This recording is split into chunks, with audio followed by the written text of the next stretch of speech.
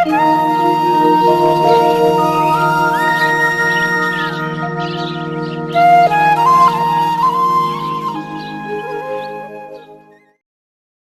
नमः शिवाय, हर हर महादेव।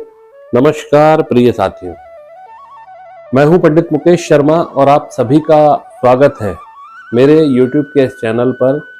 साथियों, अगर अभी तक आपने चैनल को सब्सक्राइब नहीं किया है तो चैनल को सब्सक्राइब कर लीजिए और साथ ही बेल आइकन पर भी प्रेस कर लीजिए ताकि समय समय पर इसी प्रकार से महत्वपूर्ण जानकारियां आप सभी को प्राप्त हो पाए। आज के इस वीडियो का विषय है वो कई लोगों की जिज्ञासा है, प्रश्न है और शंका भी है कि क्या गया पिंडदान के उपरांत घर में श्राद्ध कर्म और पिंडदान करना चाहिए या नहीं। तो सबसे पहले तो शास्त्र में कहा गया है कि श्राद्ध करने का अधिकारी कौन है। श्राद्ध करने का अधिकारी है पुत्र सबसे पहले। और पुत्र किसको कहा गया है? पुत्र उसको कहा गया है जो अपने माता पिता की आज्ञा में चलता हो और उनकी सेवा करता हो और उनके मरने के उपरांत गया में जाकर जो पिंडदान करे वही पुत्र कहलवाने के योग्य है। इसीलिए अपने माता पिता के निमित्त श्राद्ध कर्म और गया में पिंडदान कर्म तो करना ही है, लेकिन सच्ची भक्ति जो है वह माता पिता के जीवित रहते हुए उनकी सच्ची सेवा करना, उनका आदर सत्कार करना, उनकी आज्ञा में चलना ही सबसे सच्चा श्राद्ध भी है। आगे निर्णय सिंधु नामक ग्रंथ में कहा गया है कि तस्य देशाम कुरुक्षेत्रम गया गंगा सरस्वती प्रभासम पुष्करम चेति श्राद्ध महाफलम।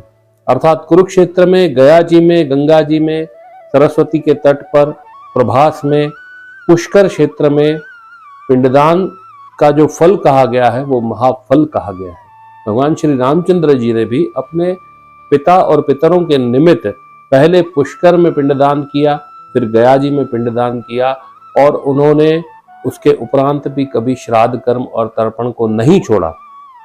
और हम अपने सनातनी भगवान श्री रामचंद्र, भगवान कृष्ण, भगवान शिव और अन्य सनातनी देवताओं के भक्त होते हुए भी अन्य धर्म और पंथों के चक्कर में आकर अपने पितरों के लिए करने वाले श्राद्ध कर्म का ही त्याग कर देते हैं।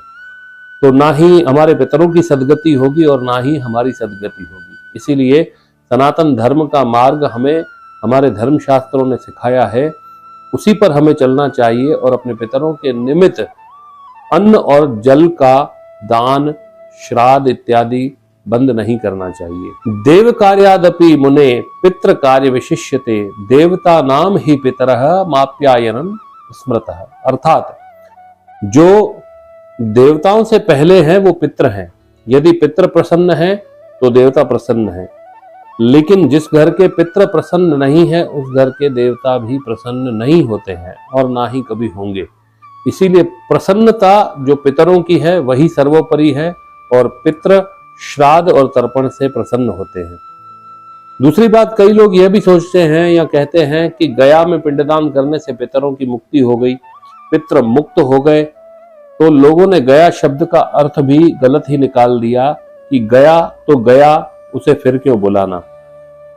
गया एक तीर्थ का नाम है, इसका अर्थ कदापि यह नहीं है कि जो गया तो उसे वापस नहीं बुलाना चाहिए। यहाँ पर एक बात और स्पष्ट कर दूं, इस माध्यम से समझ लीजिए कि गया में पिंडदान करने से कभी भी पितरों की मुक्ति नहीं होती, लेकिन गया में पिंडदान करने से पितरों की अधोगति नहीं होती, उनकी सदगति हो जाती है।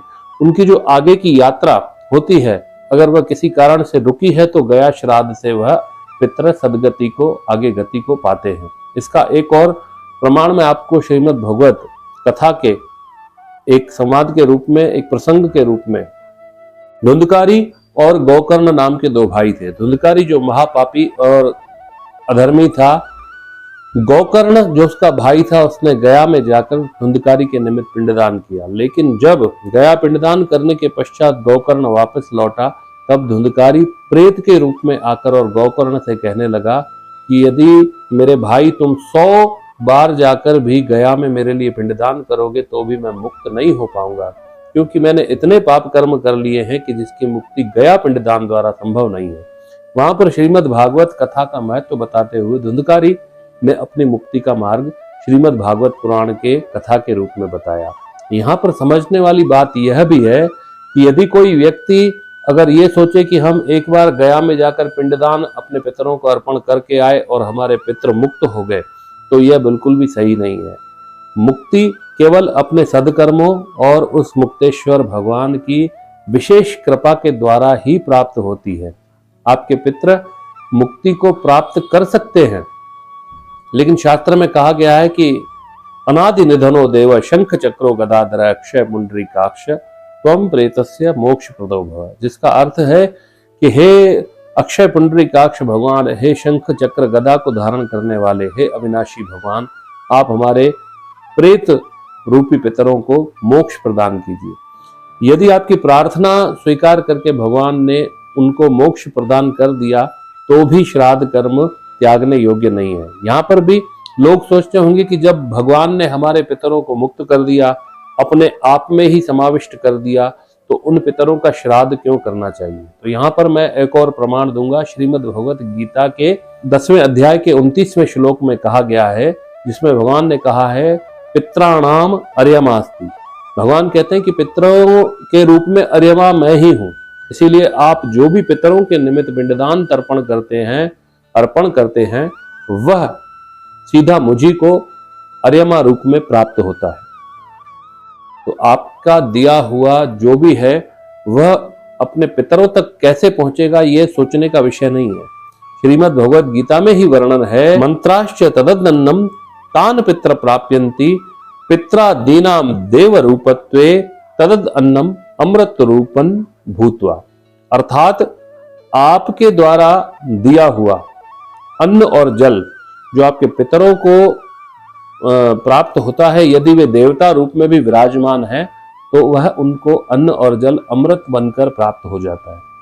यदि आपके पितर भगवान में समाहित हो गए हैं तो भी श्राद्ध कर्म करना का त्याग करना जो है वो ठीक नहीं है, क्योंकि हम जल हाथ में लेकर कहते हैं कि अनेन कृतार्चनेन देव मनुष्य पित्र तर्पाख्येन कर्मणा भगवान पितृ रूपी जनार्दन वासुदेवम प्रियंताम न मम। अर्थात आपने जो भी तर्पण और जलदान किया है, पिंडदान किया है, वह पितृ रूपी जनार्दन अर्थात भगवान को अर्पण किया है। इसीलिए श्रद्धा से अपने पितरों का श्राद्ध और पिंडदान अर्पण करते रहिए। कभी भी श्राद्ध कर्म और तर्पण कर्म त्यागने योग्य नहीं है, नहीं है, नहीं है। इसीलिए अपनी पितरों की तृप्ति के लिए श्राद्ध कर्म और तर्पण कर्म गया पिंडदान के उपरांत भी करते रहिए। ओम नमः शिवाय। हर हर महादेव।